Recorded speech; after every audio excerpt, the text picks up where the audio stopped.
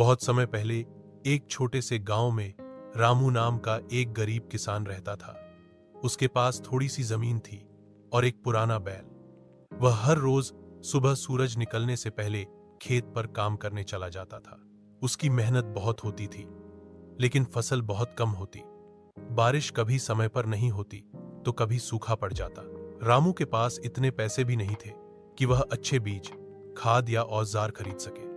उसका जीवन संघर्ष से भरा था, लेकिन उसने कभी ईमानदारी और मेहनत का रास्ता नहीं छोड़ा। उसके चेहरे पर हमेशा एक हल्की सी मुस्कान रहती थी और वह भगवान पर अटूट विश्वास रखता था। एक दिन गांव में एक बड़ा आदमी आया। वह जमीन खरीदकर उस पर फैक्ट्री बनाना चाहता था। उसने रामू को लालच दिया, तू अपनी जमीन मुझे दे दे, मैं तुझे बहुत पैसे दूंगा, तुझे फिर खेत में मेहनत नहीं करनी पड़ेगी।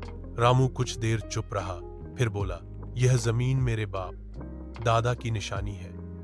मैं इसे बेचकर आराम की जिंदगी नहीं जी सकता। मेरी खुशी इस खेत में है, चाहे मुश्किलें ही क्यों ना हो। समय बीता और एक साल गांव में बहुत अच्छी बारिश हुई।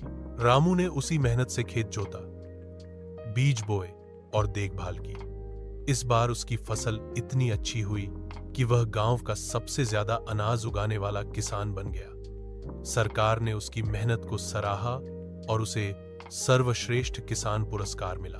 रामू ने वो पैसे नए औजारों और अच्छे बीज खरीदने में लगाए। धीरे धीरे उसकी स्थिति सुधरती गई। अब लोग रामू से प्रेरणा लेने लगे। वह गरीब किसान अब सिर्फ अपनी मेहनत और सच्चाई की वजह से इज्जतदार इंसान बन गया था। सीख: यह कहानी हमें सिखाती है कि ईमानदारी, मेहनत और धैर्य से बड़ी मुश्किल भी जीती जा सकती है।